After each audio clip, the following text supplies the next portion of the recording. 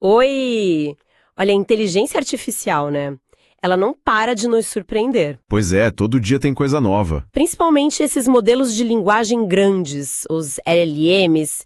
E um dos maiores desafios, assim, quase uma busca sagrada, é fazer com que eles não apenas respondam, mas que eles raciocinem de verdade. Exato. Não é só dar resposta, é mostrar o caminho, o pensamento. A gente viu avanços incríveis, né? Como a série One da OpenAI, por exemplo. Mas a pergunta ainda fica: como é que se ensinam uma máquina a pensar? E é exatamente essa fronteira aí que a DeepSeek AI decidiu explorar. E de um jeito bem ousado, eu diria. Ousado como? Eles publicaram uma pesquisa detalhando uma abordagem bem focada em incentivar essa palavra-chave aqui, o raciocínio nos modelos deles. E o resultado disso foi a série DeepSeek R1. Ah, interessante. E é essa pesquisa que a gente vai investigar mais a fundo hoje. Isso. Nossa missão aqui é entender como eles usaram o aprendizado por reforço, o RL, né? De um jeito bem central e, num dos casos, parece que foi quase radical. Foi bem diferente do usual. E ver quais foram os resultados que parecem surpreendentes e o que isso tudo pode significar para o futuro da IA, né? Exato. A gente vai focar em dois modelos principais, o R10 e o R1. Certo. E também naquela ideia bem interessante de destilar esse conhecimento de raciocínio para modelos menores. Ah, legal, porque o fascinante aqui não é só melhorar a resposta, né? É tentar cultivar um processo de pensamento mais profundo, mais eficiente dentro da própria IA. Precisamente. É ir além da superfície. Então vamos lá, vamos direto ao ponto com a primeira grande aposta deles, o DeepSeek R10.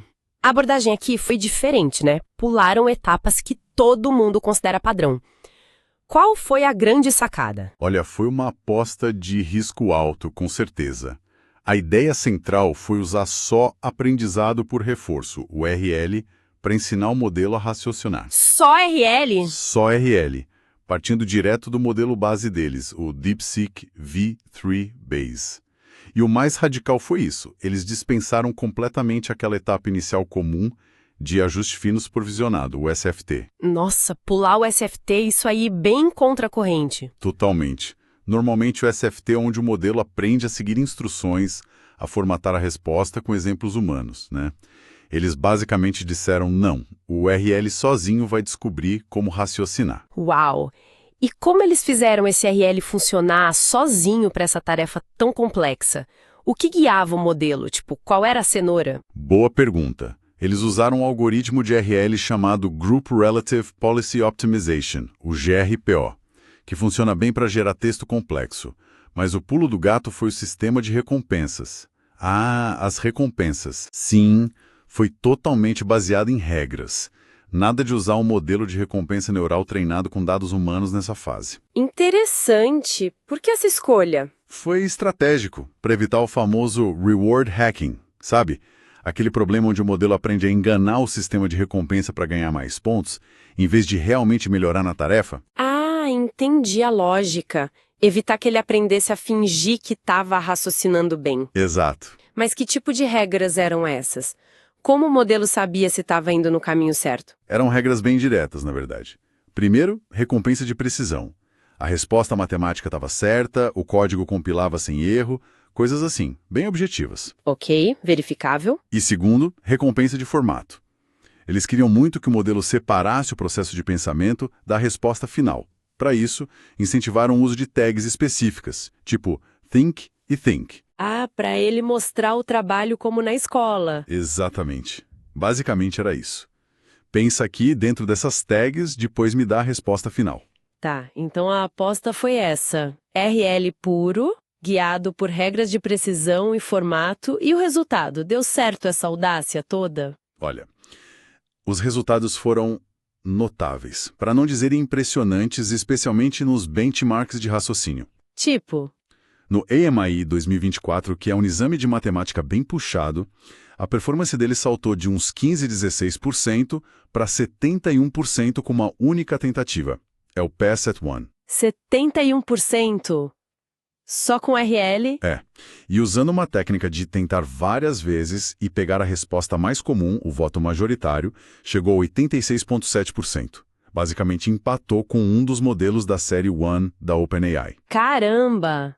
E em outros testes? Mandou muito bem também. No Math 500, fez 95,9%. No GPQ Diamond, 73,3%. Foi um salto muito grande vindo só desses incentivos via RL. É realmente impressionante. Mas o que mais me chamou a atenção lendo sobre isso foi aquela ideia de autoevolução. O modelo começou a fazer coisas que não foram, digamos, explicitamente ensinadas. Esse é, talvez, o achado mais intrigante de tudo. Conforme o treinamento de RL avançava, o R10 começou sozinho, espontaneamente, a gerar cadeias de raciocínio mais longas, mais detalhadas. Ele começou a pensar mais. Exato. Eles até chamaram isso de aumento no tempo de pensamento. E foi além disso, ele desenvolveu comportamentos bem sofisticados sem instrução direta para isso. Começou a refletir sobre os próprios passos. Refletir? Como assim? Tipo, a revisitar etapas anteriores, quando parecia que algo estava errado, e até a explorar abordagens diferentes para resolver o mesmo problema. Tudo isso emergiu do próprio processo de otimização do RL. Isso me leva direto àquele exemplo incrível que eles contaram do momento ahá. Você pode lembrar pra gente? Esse é fantástico. Numa das versões intermediárias do Warrant Zero, enquanto resolvia um problema, o modelo literalmente escreveu algo tipo: opa, espera aí. Espera, esse é o momento ahá aqui. Vamos reavaliar isso passo a passo. Ele disse isso? Com essas palavras. E aí, na sequência, ele identificou o erro no próprio raciocínio e corrigiu. Foi um momento ahá para o modelo, claro, mas imagino que tenha sido um momento ahá ainda maior para os pesquisadores. Com certeza. Demonstrou que o RL, com os incentivos certos, podia gerar não só a resposta correta, mas um processo de pensamento que incluía automonitoramento, autocorreção, coisas que a gente normalmente associa com a cognição humana, né? Que coisa incrível! Parece que o modelo estava pensando sobre o próprio pensar. Mas, apesar desses sucessos todos e desses comportamentos super interessantes, o R10 não era perfeito, certo? Tinha problemas. Quais foram os gargalos? Exatamente. Apesar de ser forte no raciocínio, ele tinha uns problemas práticos bem sérios. As saídas dele eram frequentemente confusas, mal formatadas, sabe? Difíceis de ler. Ah, usabilidade. Isso. E o mais chato era a tal da mistura de idiomas, o language mixing. Ele teimava em misturar inglês e chinês na mesma resposta. Aí complicava bastante, né? Nossa, imagino. Aí não adianta ter um raciocínio brilhante se ninguém consegue entender direito. Pois é. Essas limitações deixaram claro que precisava de um refinamento. Faz todo sentido. Isso nos leva, então, ao DeepSeek R1, o sucessor. Como eles tentaram resolver esses problemas do R10 e, quem sabe, ir até além? Qual foi a nova estratégia? Para o DeepSeek R1, a estratégia foi bem mais elaborada. Foi um pipeline com várias etapas. O objetivo era duplo. Primeiro, manter ou até melhorar o desempenho no raciocínio claro, mas segundo, criar um modelo mais robusto, confiável e, digamos, mais amigável, com respostas claras, consistentes no idioma certo. Um pipeline multi-etapas? Isso só é mais complexo mesmo. Dá para a gente ter uma visão geral dessas etapas, sem se perder muito nos detalhes técnicos? Claro, vamos tentar simplificar. Podemos pensar em 4 fases principais. Fase 1, a partida fria ou cold start. Aqui foi a primeira grande diferença do R10. Eles começaram com um SFT. Ah, voltaram para o SFT? Voltaram, mas com um truque. Usaram um conjunto de dados pequeno, só alguns milhares de exemplos, mas de altíssima qualidade. Eram exemplos com cadeias de pensamento, chain of thought, COT, longas e muito bem formatadas. Qualidade sobre quantidade, então? Exato. A ideia era dar para o modelo uma base sólida de como estruturar o pensamento e a resposta final. Eles até usaram os tokens especiais para separar bem o raciocínio do resumo. Isso também ajudou a acelerar o treinamento de RL que vinha depois. Entendi. Uma base bem feita com SFT focado em qualidade e estrutura. E depois, aí sim voltou o RL. Isso. Fase 2. RL, focado em raciocínio. Aí aplicaram o RL com o mesmo algoritmo GRPO, de forma parecida com o R10, mas partindo desse modelo já pré-ajustado na fase 1. O foco continuava sendo nas tarefas de raciocínio, matemática, código, lógica, ciência. Mas teve alguma novidade nesse RL? Teve sim. Introduziram uma recompensa adicional para consistência linguística. Basicamente, penalizaram a mistura de idiomas. Ah, para resolver aquele problema do R10. Exatamente. E foi uma decisão interessante porque eles sabiam que isso poderia causar uma leve quedinha na performance pura de raciocínio, mas eles aceitaram esse trade-off para obter clareza, algo que, convenhamos, os usuários valorizam muito. Com certeza. Clareza é fundamental. Achei uma decisão bem pragmática essa. E depois desse RL focado, o que veio? Fase 3, controle de qualidade e ampliação do treinamento. Essa fase é bem engenhosa, eu achei. Eles pegaram o modelo treinado na fase 2 e usaram para gerar milhões de respostas para problemas de raciocínio. O próprio modelo gerando dados? Sim, e aí veio o filtro rigoroso. Selecionaram apenas as respostas que estavam corretas e bem formatadas. Foi tipo garimpar o ouro mesmo. No final, ficaram com 600 mil exemplos de raciocínio de altíssima qualidade, gerados pelo próprio modelo. Nossa, que sacada! Então o modelo gerou seus próprios exemplos de bom raciocínio e eles usaram só o filé mignon disso. Exatamente. É uma forma de autoaperfeiçoamento guiado, sabe? E não parou aí. Eles combinaram esses 600 mil exemplos de raciocínio premium com outros 200 mil exemplos de tarefas mais gerais, escrita, perguntas e respostas factuais, etc., que eles reutilizaram do treinamento do modelo base. Para garantir que ele não ficasse bom só em raciocinar, né? Isso, para manter a generalidade. Aí, com todo esse conjunto diversificado de uns 800 mil exemplos, eles fizeram um novo SFT no modelo base original. O objetivo era consolidar as habilidades de raciocínio recém-adquiridas e garantir que o modelo continuasse bom nas outras tarefas também. Um ciclo bem completo. RL gerar dados, filtrar o melhor, treinar de novo com SFT incluindo tarefas gerais. Parece um processo bem robusto para transferir essa habilidade complexa de raciocínio. E a última fase? Teve mais RL? Teve sim. Fase 4. RL abrangente com feedback humano. Para finalizar, uma segunda rodada de RL, mas desta vez aplicada a todos os tipos de tarefas, não só raciocínio. E aqui vem outra diferença importante. Eles combinaram aquelas recompensas baseadas em regras, ótimas para raciocínio, com modelos de recompensa neurais, aqueles treinados com preferências humanas. Ah, agora entraram os modelos de recompensa. Sim, para avaliar coisas mais subjetivas. Um modelo avaliava a utilidade, helpfulness, tipo o quão útil e direta era a resposta final, o resumo, e outro avaliava a segurança, harmlessness, se a resposta completa, incluindo raciocínio, era inofensiva. Isso ajudou a garantir um modelo bom para o uso geral e alinhado com as expectativas humanas de segurança e utilidade. Ufa! Bem mais complexo que o processo do R10, definitivamente. E todo esse trabalho extra, todas essas fases, valeu a pena? Como é que o DeepSeek R1 final se saiu nos testes? Olha, os resultados mostram que sim, valeu muito a pena. O DeepSeek R1 conseguiu um desempenho em raciocínio que é comparável a outros modelos top de linha, como uma versão mais recente da série U1 da OpenAI, o 1217. Sério? Empatou de novo? Praticamente.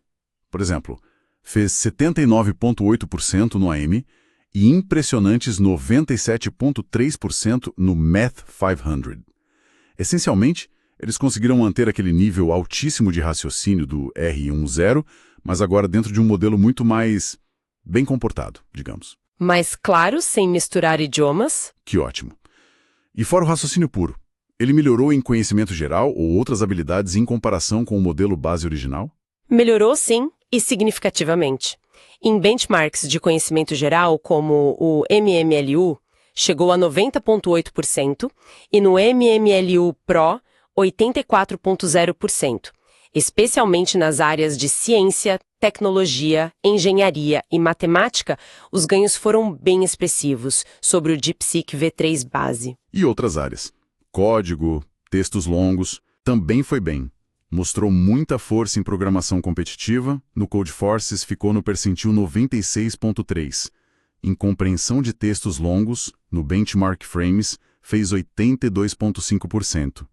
E em avaliações gerais, que usam outros LLMs como juízes, tipo Alpaca Eval e Arena Hard, ele teve taxas de vitória bem altas, mostrando que as respostas eram consideradas úteis e de qualidade. Então ele se posicionou bem frente a outros modelos fortes do mercado, como Claude 3.5, Sonnet ou GPT-4o. Exato. Ele se mostrou muito competitivo, superando esses modelos em várias métricas importantes de raciocínio e conhecimento.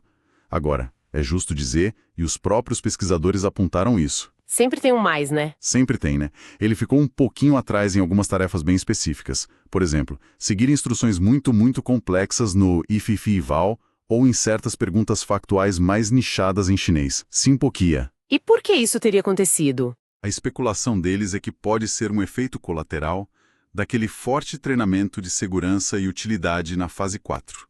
Talvez tenha deixado o modelo um pouco mais cauteloso ou menos disposto a seguir instruções ao pé da letra, em casos muito extremos, para evitar qualquer risco. Entendi. É aquele equilíbrio delicado entre capacidade pura, segurança e usabilidade. Faz sentido. Mas o artigo ainda trouxe outra ideia bem importante, que você mencionou no começo. A de democratizar esse raciocínio. O que eles quiseram dizer com destilação? Ah, essa parte é crucial e muito legal.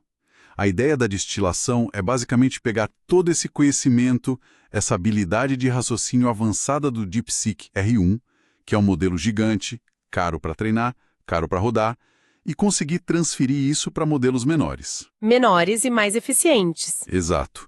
E o mais importante, modelos de código aberto, como os da família Ken e Llama, que a comunidade pode usar mais livremente. Entendi. E como essa transferência mágica acontece? Eles usaram aqueles dados super selecionados da fase 3 do A1, aqueles 800 mil exemplos. Bingo, exatamente isso. Pegaram aquele conjunto de dados, os 600 mil de raciocínio, premium, mais os 200 mil de tarefas gerais, e usaram para treinar esses modelos menores. Só que dessa vez, usando o SFT de novo. Ah, então foi um SFT nos modelos menores usando os dados gerados pelo modelo maior. Perfeito.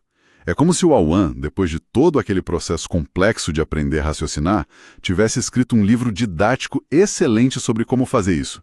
Aí eles pegaram esse livro e usaram para ensinar os alunos menores e de código aberto. Que bacana.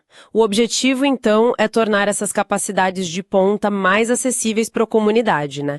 Para quem não tem os supercomputadores da DeepSeek AI. Precisamente.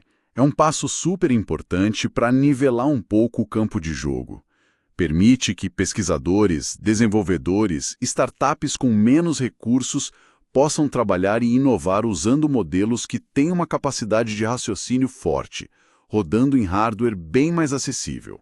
E funcionou na prática. Essa destilação deu resultados. Modelos menores realmente aprenderam a raciocinar bem? Funcionou e foi impressionante. Os resultados que eles mostraram na tabela 5 são bem claros. Os modelos destilados, mesmo os relativamente pequenos, pegam o Qwen de 7 bilhões de parâmetros, por exemplo, o DeepSeek R1 Distill Qwen 7B. 7B bem pequeno hoje em dia. Pois é.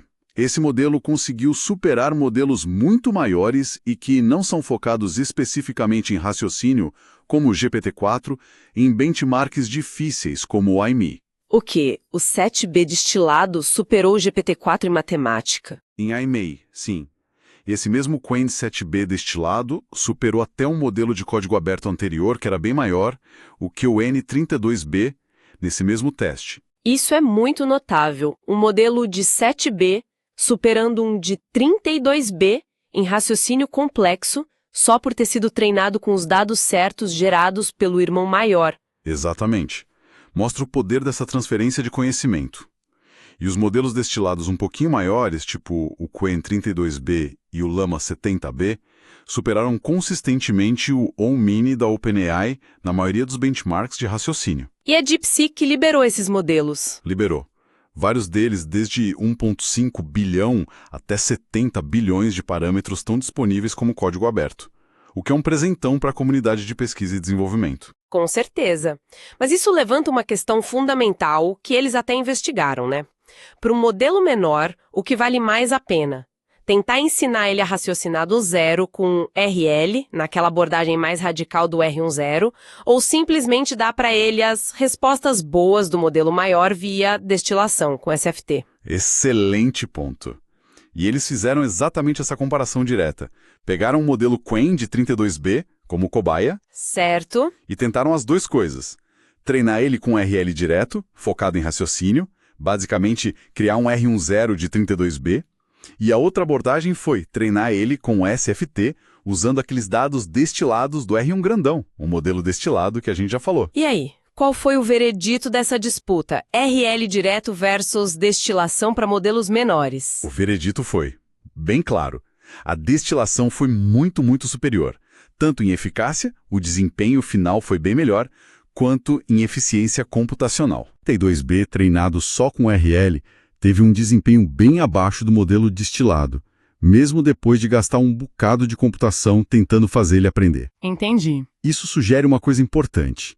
Talvez seja extremamente difícil e muito caro computacionalmente fazer um modelo menor descobrir sozinho esses padrões de raciocínio super complexos só com RL. Talvez ele nem consiga chegar no mesmo nível que consegue aprendendo com os exemplos do irmão maior. Qual a implicação disso para o desenvolvimento de IA no geral, então? A gente precisa dos gigantes para descobrir as coisas e depois eles ensinam os menores? Olha, parece ser a principal lição estratégica que sai daqui. Modelos realmente grandes, combinados com um RL em larga escala, parecem ser a chave para descobrir, para incentivar o surgimento desses padrões de raciocínio complexos, desses comportamentos emergentes tipo o momento ahá. É onde a fronteira é empurrada. Exato. Mas uma vez que esses padrões são descobertos e consolidados no modelo grande, eles podem ser transferidos de forma muito mais eficiente e econômica para modelos menores, e a destilação, usando o SFT com dados gerados de alta qualidade, parece ser o caminho para isso. Faz sentido. Mas para continuar inovando mesmo, para descobrir o próximo nível de inteligência, talvez a gente ainda precise desse RL pesado nos modelos gigantes. Provavelmente. Parece que uma coisa não substitui a outra completamente. Uma é para descobrir, a outra é para disseminar. Interessante essa dinâmica. O artigo também foi legal em mencionar brevemente algumas coisas que eles tentaram e que não funcionaram tão bem para eles nesse contexto. É sempre bom saber o que não deu certo, né? Com certeza. Compartilhar os becos sem saída é super valioso para a comunidade. Eles citaram duas abordagens principais que para eles não se mostraram práticas aqui. Quais foram? Primeiro, os modelos de recompensa de processo, os PRMs. A ideia é recompensar cada passinho do raciocínio, não só o resultado final. Parece bom, né? Mas eles disseram que tiveram dificuldade em definir esses passos intermediários de forma consistente para todo tipo de problema. E para anotar correção desses passos, imagino. Exatamente. Anotar isso em grande escala seria um desafio enorme. E claro, sempre o risco do reward hacking num nível ainda mais detalhado. Certo. E a outra tentativa? A outra foi a busca em árvore Monte Carlo, o MCTS. Aquela técnica famosa usada em jogos, como no AlphaGo, para explorar diferentes sequências de ações. Tentaram aplicar isso para gerar texto? Tentaram, mas os desafios foram grandes. Primeiro, o espaço de busca na geração de texto é gigantesco, exponencial. E segundo, foi difícil treinar um modelo de valor eficaz, que é aquela parte do MCTS que tenta prever o quão bom um caminho parcial vai ser para guiar a busca de forma eficiente. Entendi. Não funcionou tão bem para texto quanto para jogos com regras mais definidas. Parece que não. Pelo menos não nessa implementação deles. É um bom lembrete de que a pesquisa em IA ainda tem muito de tentativa e erro, mesmo para as equipes de ponta. Verdade.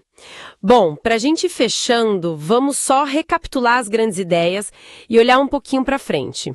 Vamos lá, recapitulando, acho que as contribuições-chave da DeepSeek AI aqui foram, primeiro, aquela prova de conceito ousada com o R10, mostrando que o RL puro pode sim gerar raciocínio complexo e até comportamentos emergentes como autocorreção. O momento aham. Exato.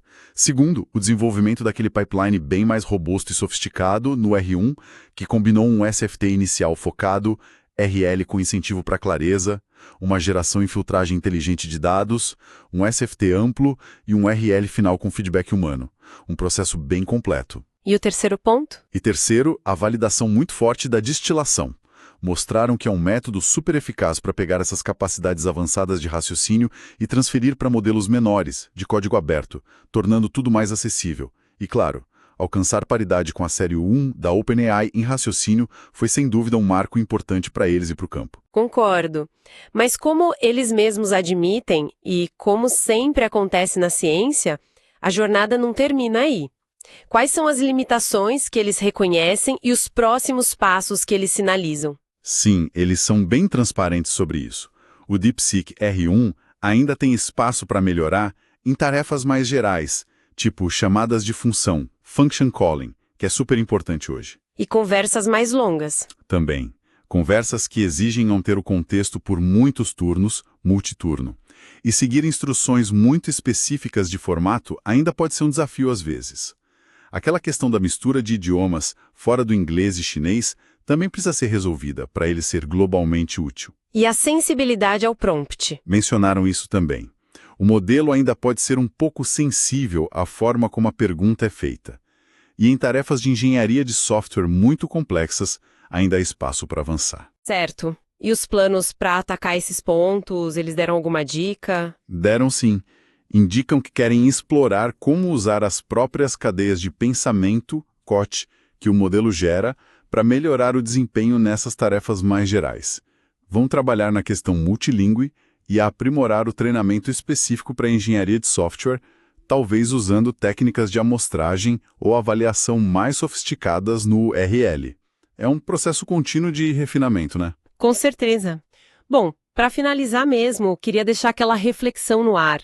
Se comportamentos tão complexos como esse raciocínio mais profundo, a reflexão, até a autocorreção, podem surgir meio que espontaneamente, sem a gente programar explicitamente, só com os incentivos certos do aprendizado por reforço, como aconteceu lá no momento ahá do R10, que outras capacidades, talvez ainda mais inesperadas, podem surgir nos sistemas de IA do futuro, conforme a gente refina esses métodos de treinamento que são menos sobre dar instruções diretas e mais sobre dar objetivos e deixar o sistema descobrir o caminho. Essa é a pergunta de $1 milhão, né? O que significa quando a inteligência pode ser mais incentivada do que programada? Se as IAs começarem a desenvolver estratégias, compreensões, talvez até objetivos intermediários que a gente não antecipou completamente quando definiu as recompensas, quais são as implicações disso tudo? Exato. A gente está só ensinando tarefas ou a gente está, de alguma forma, criando as condições para que algo mais fundamental emerja desse processo? Fica a reflexão, né? É um território fascinante e, ao mesmo tempo, que exige muita atenção e cuidado conforme a gente avança. Com certeza. E com essa reflexão, a gente fecha essa nossa análise sobre a busca da DeepSeek AI por um raciocínio mais profundo nos LLMs. Esperamos que tenha sido uma exploração instigante para quem nos ouve. Valeu! Até a próxima!